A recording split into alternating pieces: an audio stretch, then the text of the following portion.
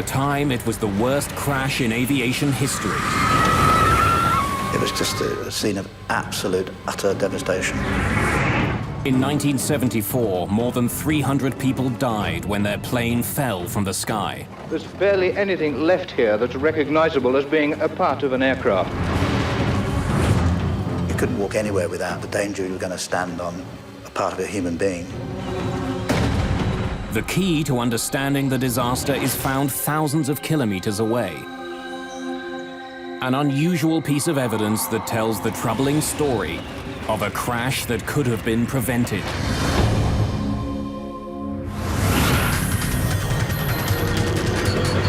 Mayday, Mayday.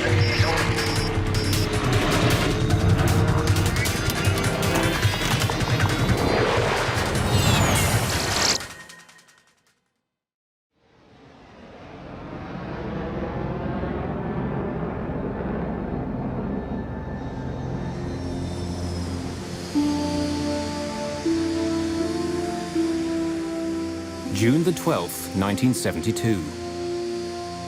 One of the newest members of American Airlines Fleet is in Detroit, Michigan. John, Paige. Flight 96, a brand new DC-10, is getting ready for takeoff. Captain Bryce McCormick and co-pilot Paige Whitney have been in the plane for hours. Back there, so when we're in flight, if you can get a chance just to look at that. Detroit is just a stopover on a flight from LA to Buffalo and then to New York. You got there? You ready to try one, Paige? All right, sir.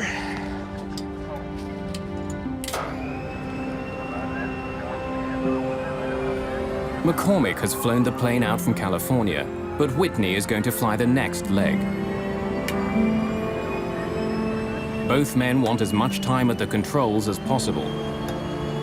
Neither one of them has more than 75 hours flying the DC-10. Few pilots have more. There simply aren't enough of the planes in the air. In 1972, the DC-10 had just been introduced. The plane is the latest advance to passenger jets. Its style and its size set it apart from other airliners. The McDonnell Douglas Corporation has spent more than $1 billion developing it. In the late 60s, there was a race going among the three major manufacturers of jetliners, McDonnell Douglas, Boeing, and Lockheed, to see who could get the first jumbo out. So they got really busy on getting this DC-10 into production as fast as they could. And one of the things that they could not suffer were many delays based on some problem with the design. American Airlines is one of the first companies to buy the plane.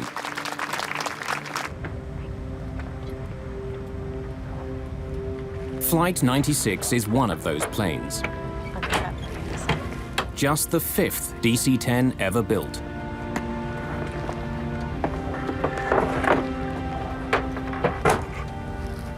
Cydia Smith has just been trained to be the chief flight attendant on the DC-10.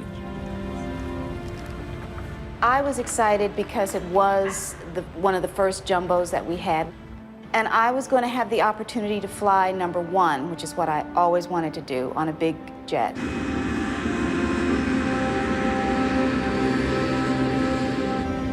Okay, you got it?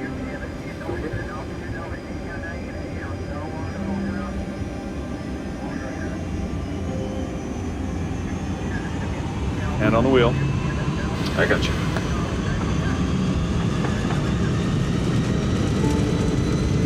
V1, rotate.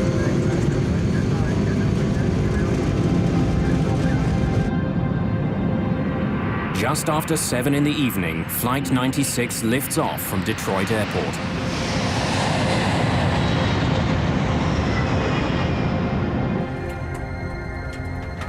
Just minutes after takeoff, the plane is rising easily through 3,500 meters over Windsor, Ontario, Canada.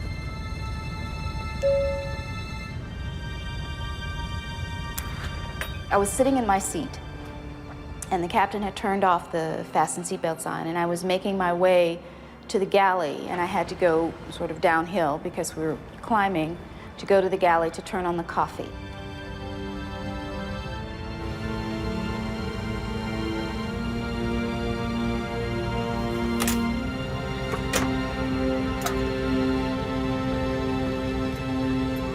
when I punched the coffee and I moved over to one side, that's when it happened.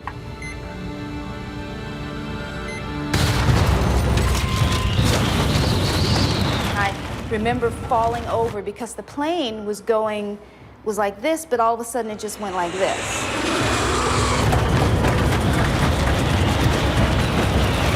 I saw ceiling compartments fall, and I saw things coming out of pockets and everything, and I thought to myself, oh boy. It felt like the last day of my life. We hit something. We lost an engine here. In the cockpit, the crew is fighting for control of their jet. The throttles which control the 3 engines have snapped to idle. The plane loses almost all its thrust. The huge jet begins slowing down. The plane immediately took a huge drop. And the next thing that happened was I was hit in the face with a piece of the plane. My husband was frantically trying to find a stewardess to give me something to put a pressure on my face to stop the bleeding. Let me have it! McCormick takes over control of the plane. He and Whitney wrestle the jet level. But Flight 96 has been badly damaged. Have we got hydraulics? No, I've got full rudder here. The rudder on the tail, which controls the direction of the jet, is jammed to the right. That's forcing the plane to swing dramatically in that direction. While McCormick fights to turn his damaged plane back to Detroit, Cydia Smith is shocked to see a gaping hole in the floor of the main passenger cabin. People were asking me, what to do, and I knew that I didn't know what to tell them. Smith has been able to account for all of her passengers. But flight attendant Sandra McConnell is missing. Sandra! Can you hear me? Sandra, where are you? And finally, I saw her come out of one of the bathrooms. McConnell has to cross the hole in the floor to move to safety.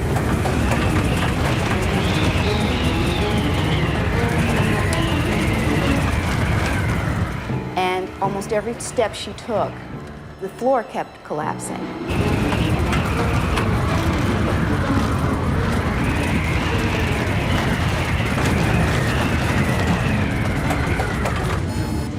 The crew brings up power to the engines on the wings. But the third engine on the tail stubbornly refuses to respond. Center, this is American Airlines Flight 96. We got an emergency. American 96, roger. Type of emergency? We've got a jammed rudder.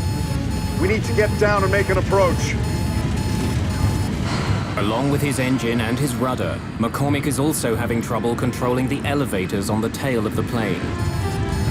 They help him move the massive plane up and down. They're slow to respond, but he can move them.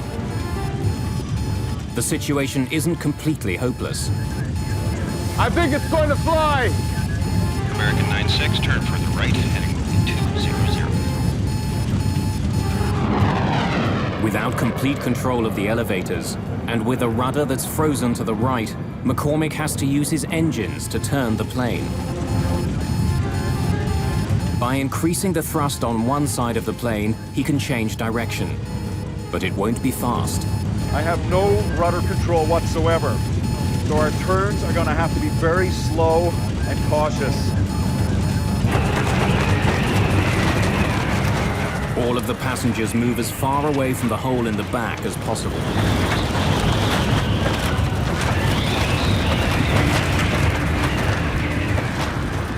But apart from the cut to Loretta Kaminsky, so far there are no other serious injuries.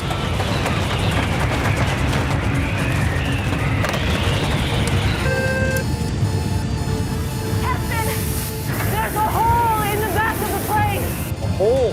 Yes, sir. What do you want us to do? Get everyone ready For an emergency emergency landing. Bryce McCormick's DC-10 is badly damaged. The lives of everyone on board now depend entirely on his ability to land a plane that can barely fly.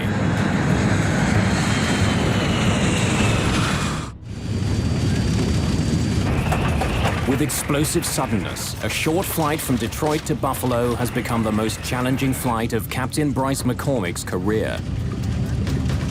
He's down an engine, and he can't move his rudder.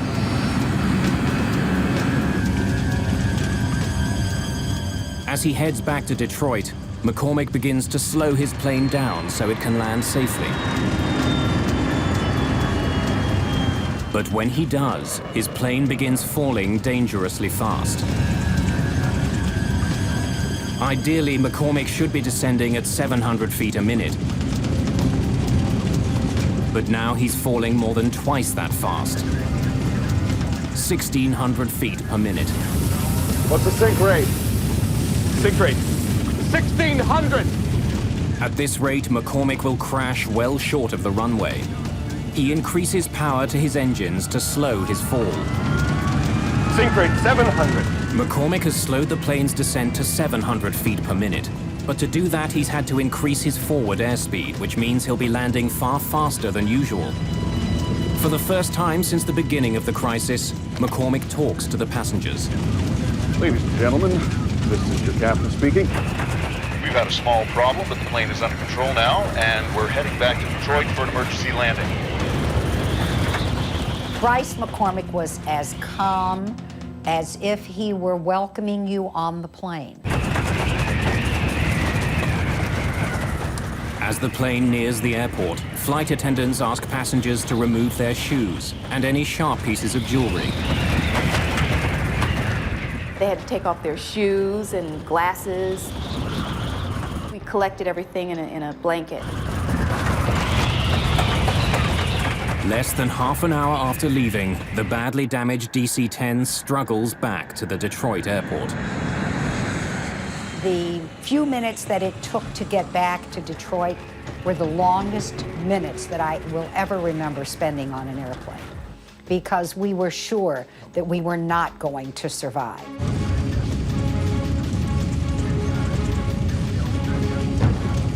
Captain Bryce McCormick now needs to give the jet even more power to push the nose up for landing.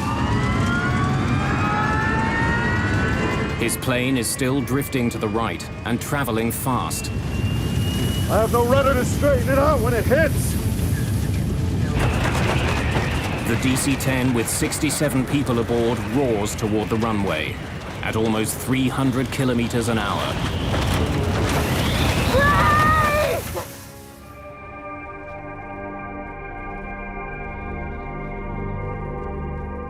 The landing was the most frightening part of the entire flight.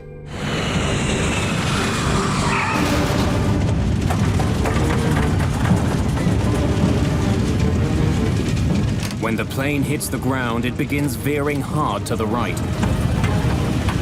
Once the plane landed, it seemed like we just went on forever. I mean, it was just forever. One set of landing gear wheels runs off the runway and through the grass.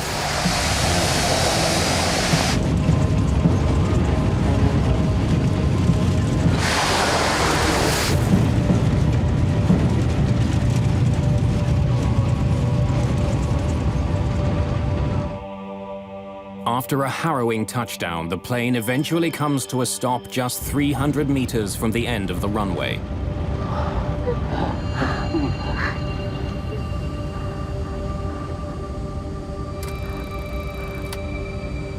Okay. Engines off at your discretion. Shut him down. Every woman wanted to hug him, and he was just amazing, because it was just at that moment that we all realized that we were alive because of him, that he literally had saved our lives. If you take a look at something like this and you say, well, there's good flying and there's bad flying, this is beyond good. This is superlative. This is using every instinct you have as an airman and all the capabilities you have to stay calm enough to get the situation assessed. With the plane on the ground, the crew has its first opportunity to inspect the damage. The captain and I walked back when everybody was off.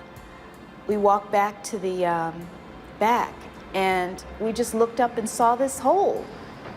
And it was just so weird. There's no indication that the jet hit something as the pilots first thought.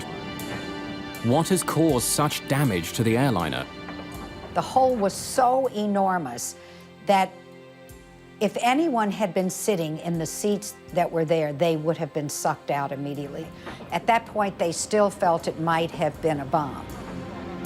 But while the incident had happened with explosive suddenness, no indication of a bomb is found.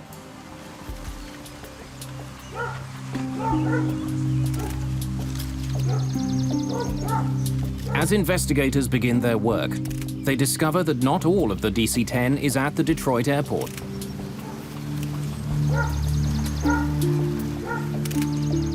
A coffin that the plane was carrying in its cargo hold is discovered 30 kilometers away from the Detroit airport, near Windsor, Ontario, Canada.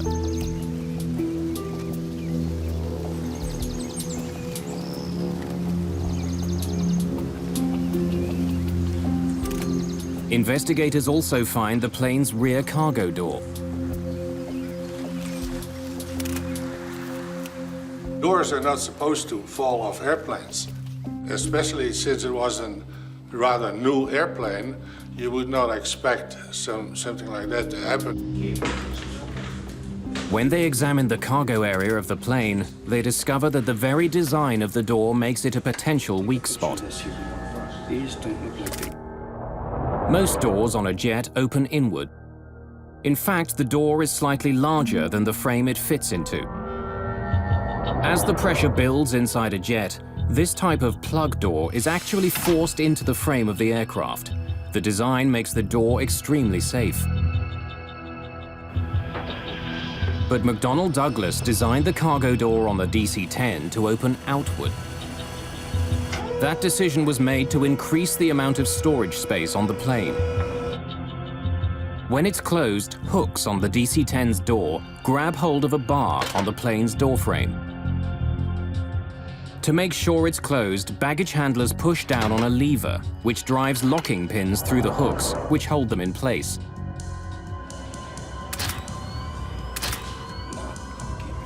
When investigators examine the cargo area of the plane, they don't find any structural damage around the door. When they study the locks on the cargo door itself, they find that the latches are not completely closed. And the pins that are supposed to make sure the door is locked are not in their locked position. When we interrogated the cargo handler that closed the door, it became immediately apparent that he used excessive force to close the door. And in fact, he said he had to use his knee to get the door handle to go flush. Investigators make a frightening discovery. It's possible to close the lever on the outside of the door, even if the hooks and locking pins are not in the closed position.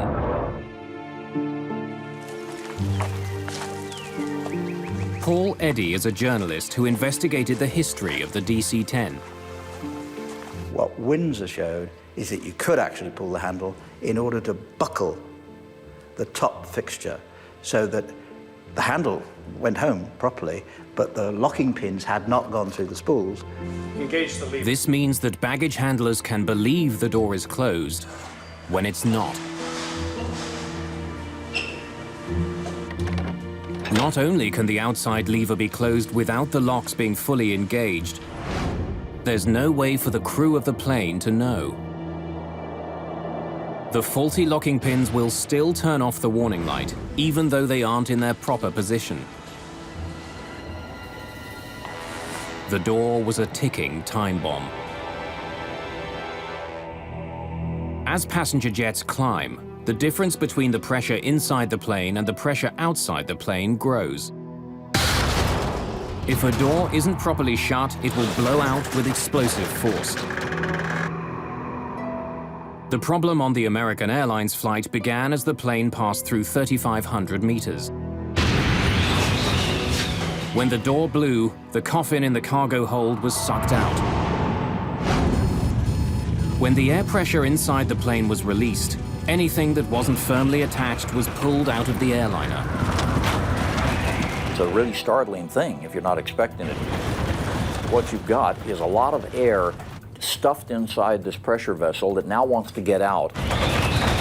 And the bigger the airplane is, the more powerful the hurricane of air leaving the airplane is during that period of time. By itself, explosive decompression does not make a plane unflyable.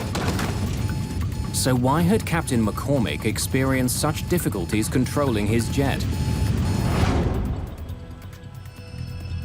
Investigators take a closer look at the back of the plane's cabin and learn that the very design of the DC-10 makes it vulnerable. When the cargo door blew off, there was so much pressure on the floor of the cabin that it collapsed into the cargo compartment below. When it did, the floor ripped into some of the plane's critical control systems. When it collapsed the floor, it took the cables that controlled number 2 engine, and it took most of the cables, or impeded most of the cables that had to do with the flight controls in the back. I think it's going to fly! It left McCormick just enough control to keep his plane level. The remarkable flying of Bryce McCormick had saved the lives of everyone on board Flight 96. But there was a problem with one of the newest and most expensive planes flying over North America. In the Windsor incident, there was an obvious flaw. And that's where the NTSB said, look, here is really the smoking gun, the ability to close that thing without having all those locks engaged. Let's make sure we change this system right now. Every DC-10 operator needs to know this. I want everything checked. I want all the bolts checked first. Chuck Miller is the head of the NTSB's Aviation Safety Bureau. We have to check all the latches, okay? Every single latch. It's his responsibility to point out problems with the new DC-10 and propose solutions. He helps write the fixes he thinks McDonnell Douglas needs to make to keep the plane safe. He was a very, very professional man, and he had his investigators had enormous respect for him. Chuck didn't sit back in the office. Chuck was always on the scene. For Chuck Miller, fixing the DC-10 is a matter of professional pride. For McDonnell Douglas, the near accident over Windsor has enormous implications. Their billion-dollar gamble came close to tumbling from the sky. If anything else goes wrong, the company itself could be at stake.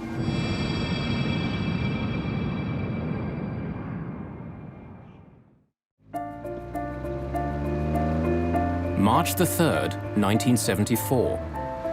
A perfect spring-like day in Paris. It's been almost 2 years since a DC-10 came close to crashing near Windsor, Ontario. Now more than 50 of the new planes are flying around the world. One of them, Plane 29, is owned by Turkish Airlines. Normally, the last leg of this trip from Turkey to England wouldn't be very crowded. But today, the DC-10 is filling up fast. People are squeezing into seats throughout the plane. A strike at a British airline has passengers scrambling for any flight back to London. Wendy Wheel is one of many last-minute additions to the flight. A model, she's returning home after a shoot in Spain. We'd been married for 18 months, and we were about to start a family. I believe the secret of her success for modeling was not just that she was a very attractive girl and good model material, but she was generally liked by all the photographers because she had such a pleasing, lovely, light personality. With all the new passengers boarding, the flight is a little behind schedule. And it's not only the crew who are waiting. At the back of the plane is baggage handler Mohammed Mahmoudi. With all the new passengers, he's not sure if there are any more bags to load.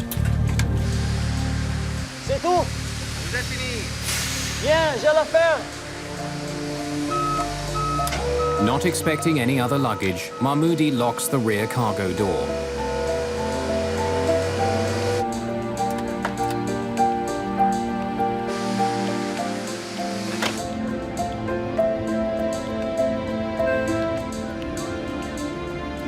The DC-10 is set to go.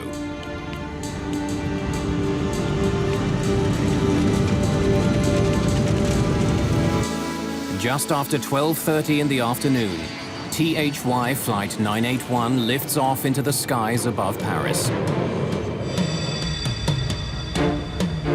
London is less than an hour away.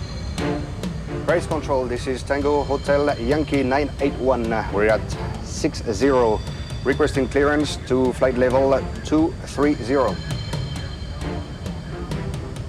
Tango Hotel Yankee 981, you are cleared to flight level 230. 981, roger.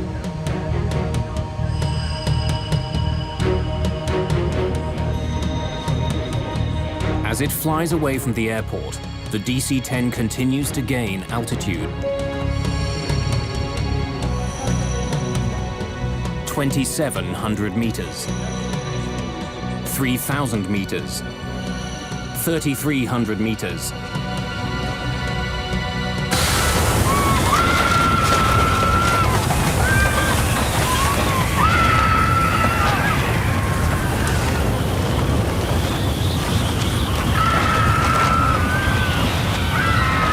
The huge jet shudders and banks to the left.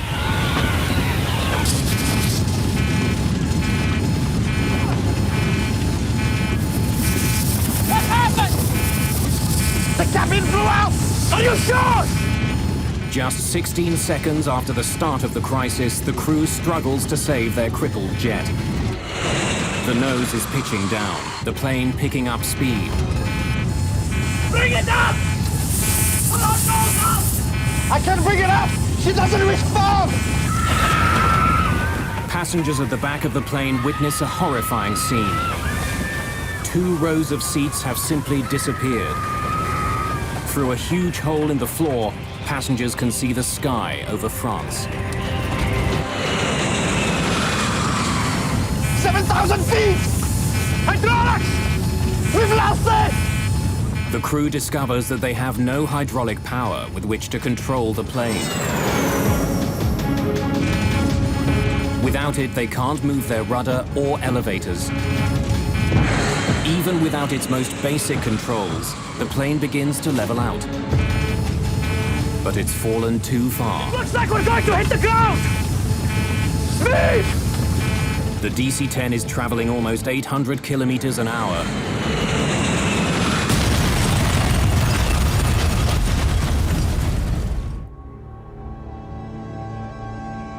The flight from Paris to London never even makes it to the English Channel. Just 9 minutes after taking off, Turkish Airways Flight 981 becomes the worst plane crash of all time.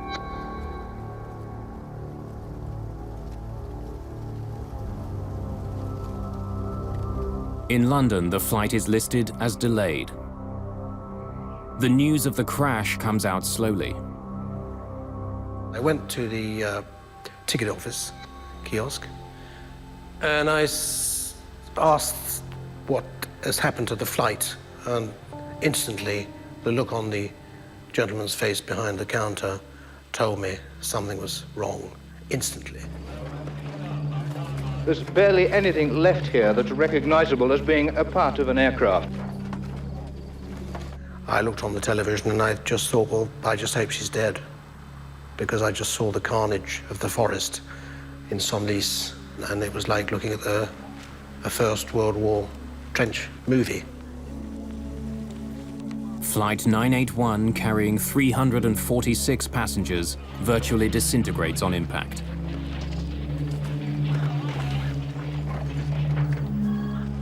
There are no survivors. It was just a scene of absolute, utter devastation. And the litter of personal possessions, electric wires, bits of metal, bits of bodies, just strewn everywhere. I mean, you couldn't walk anywhere without the danger you were going to stand on a part of a human being. I still have nightmares about this, even though it's 33 years ago. Investigators for the French Accident Investigation Bureau are quickly on the scene.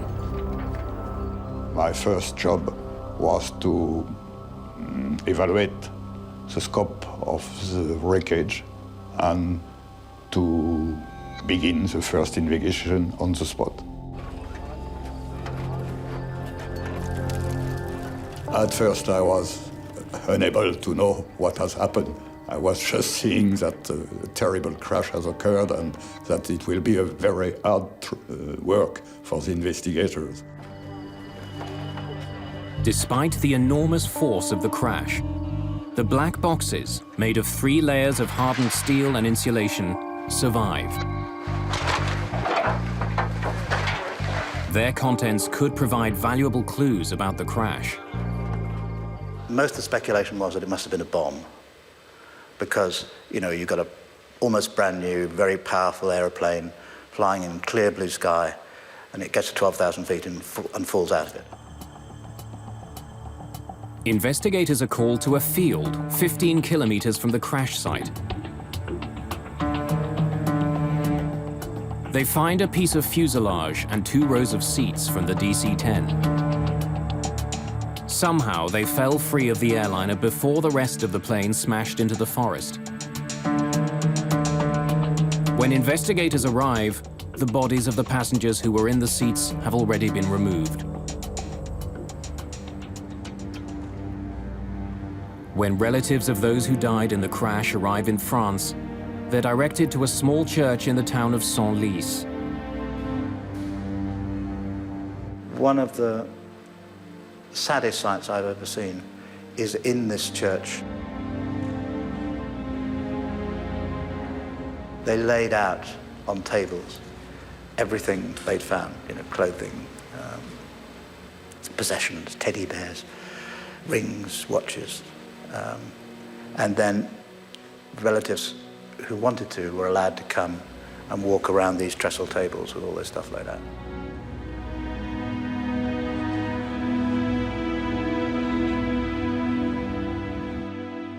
They produced a little packet with my wife's wedding ring and rings, engagement ring. It was all pretty battered up, so you can imagine the thoughts that went through my mind.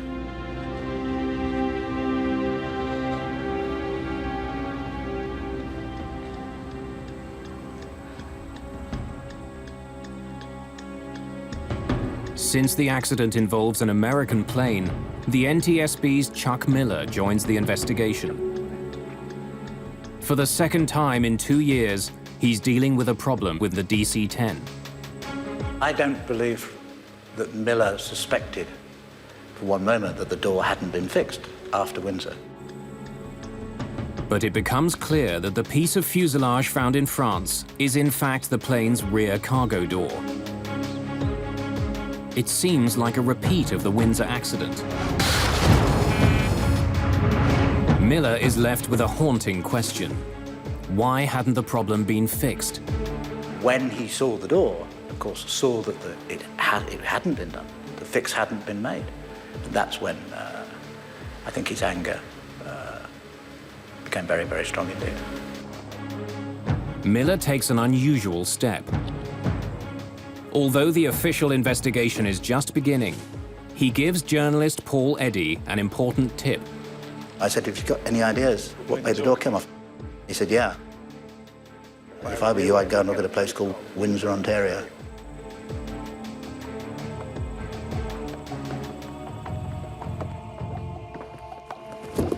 Hello. I'm Chuck Miller.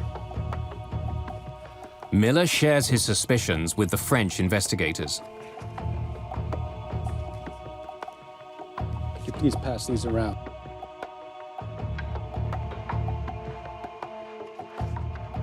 These were taken on June 12th, 1972, right after the incident. We have asked for the report on the Windsor accident, and our American colleagues were also volunteers to give us a lot of details. Now, we had an American Airlines flight from Detroit to Buffalo have its cargo door blow off.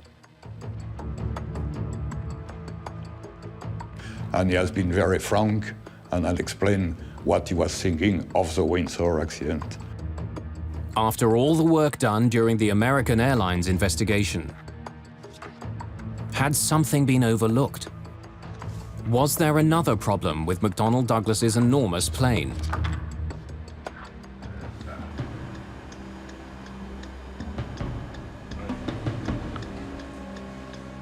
With the information from Chuck Miller, French investigators take a closer look at the plane's cargo door. They make a shocking discovery. There is no new problem.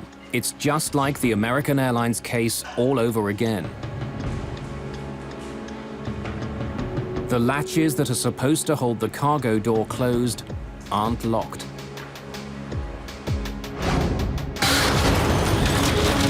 And since 2 rows of seats were sucked out of the DC-10 over Paris, it's clear that the floor on the plane collapsed, just as it had in Windsor.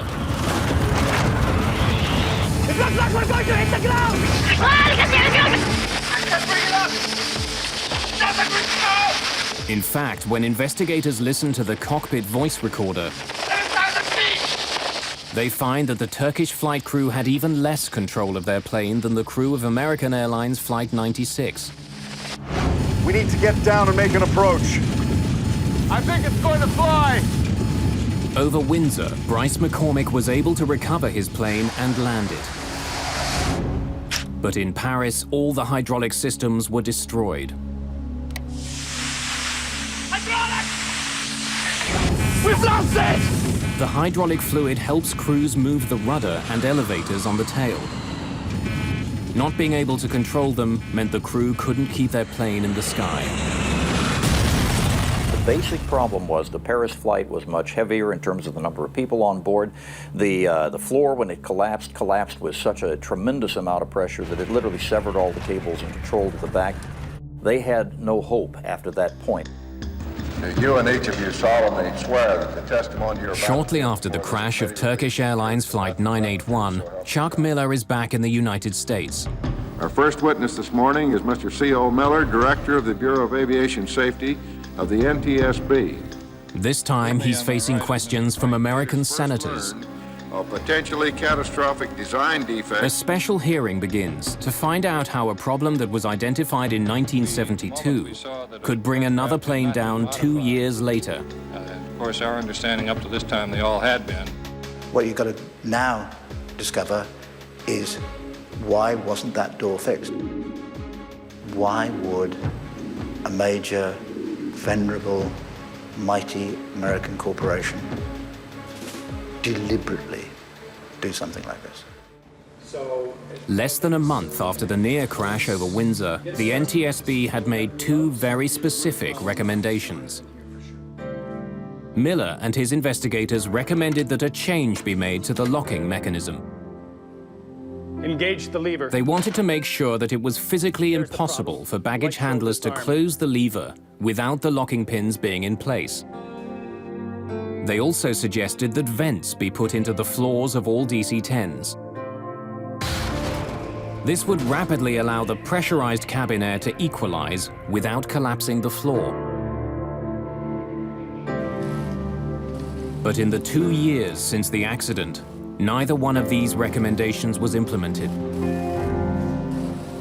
There is a fundamental problem at the heart of aviation safety, and that has been in the United States for a very long time, and that is that it's the job of the NTSB to discover what's happened and to come up with recommendations as to how to prevent it happening again, but it has absolutely no authority to implement them. The NTSB does not have regulatory authority. They have to turn to the FAA, as they did, and say, we want these things done. And that's where the system went wrong.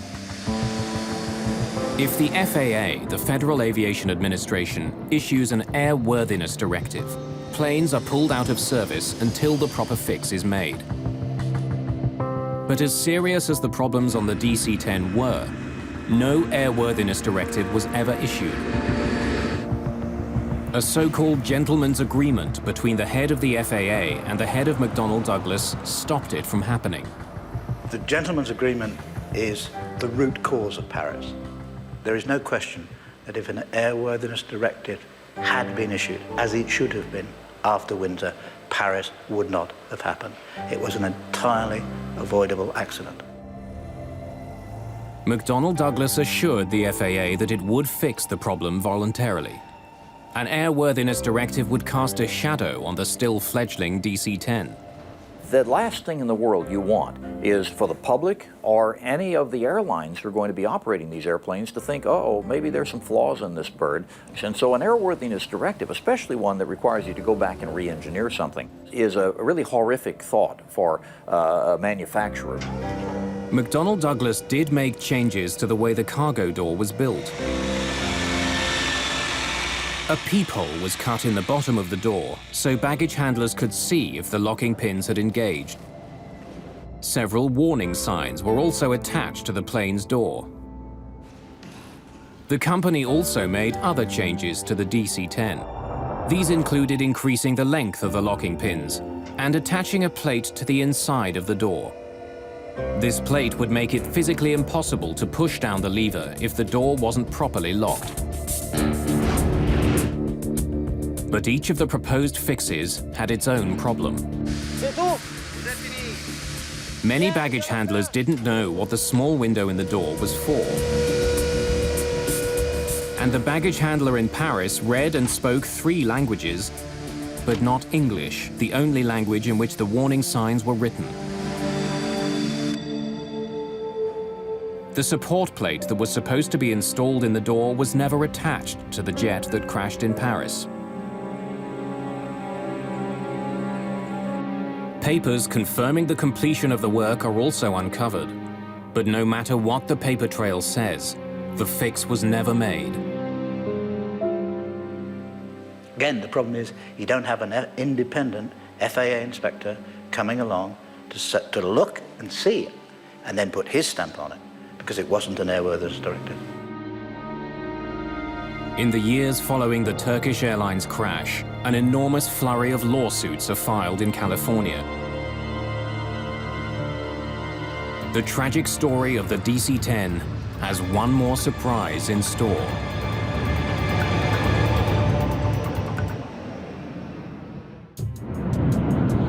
It's 1974, and an unprecedented series of lawsuits are being filed against McDonnell Douglas. The families of those who died near Paris want someone held responsible. As time went by, I learned more and more about what actually happened and realized that it was not an accident as we would call an accident. It was totally avoidable. My goal was to expose these people. In the weeks leading up to the trial, lawyers who are involved in the case have access to the entire history of the DC-10's development. They're not the only ones who pore through the evidence. So does journalist Paul Eddy. We were determined to get to those documents and that testimony. Somebody gave us a key to the depository where the documents were, and so at night we would go in and then had a huge accumulated pile of documents to go through in order to find out what they've been up to.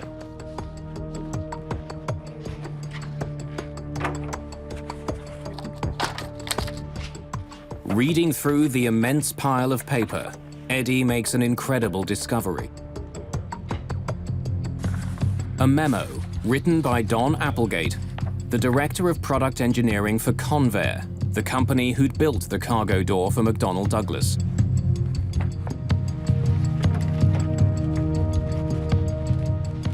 I think the point when we knew we got them was the Applegate Memorandum that specifically pre-warned this would happen. The memo is a damning indictment of the cargo doors that were being made for the DC-10 and the lack of venting in the cabin floors. It warns that it's only a matter of time before there's a major disaster involving the doors.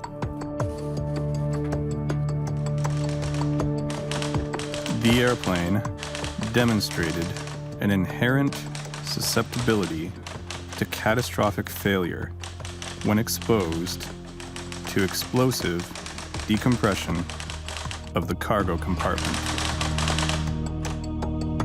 The memo, written just weeks after the near disaster in Windsor, recommends that immediate changes be made to the DC-10 cargo door. You know you've got them. You know you've got them because you know they knew. During the court case, another chilling find is made. Not only did McDonnell Douglas know about the problem after Windsor, they knew during the development of the DC-10. 4 years before the Paris crash, 2 years before Windsor, the cargo door failed during a pressure test. The company knew there was a problem, but the fundamental design of the door stayed the same. I could not believe a large corporation, McDonnell Douglas at the time, could do such a thing, could risk our lives, ordinary people's lives, for the sake of money. Well, in aviation, it's called tombstone technology.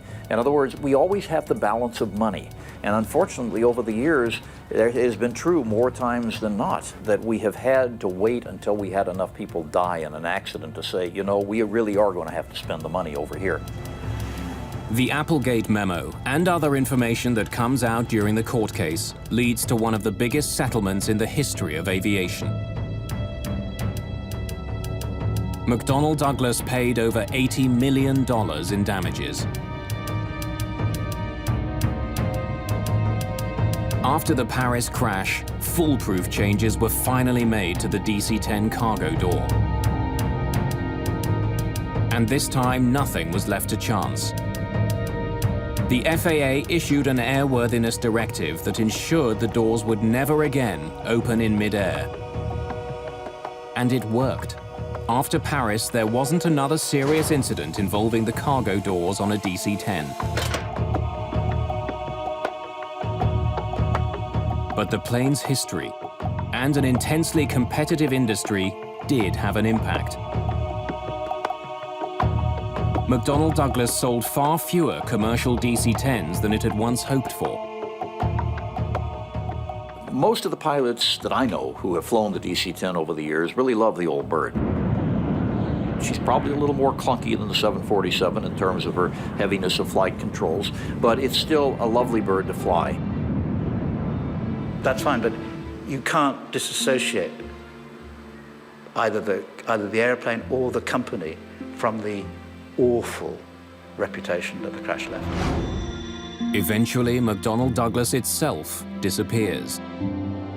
The company was bought by Boeing in 1996. In the forest outside Paris, a monument now stands honoring those who were killed on Flight 981. A permanent reminder of one of the most disturbing crashes in the history of aviation.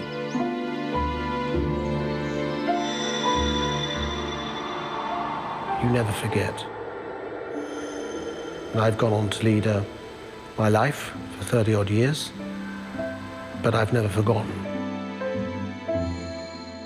People to this day think it was an accident, and it wasn't.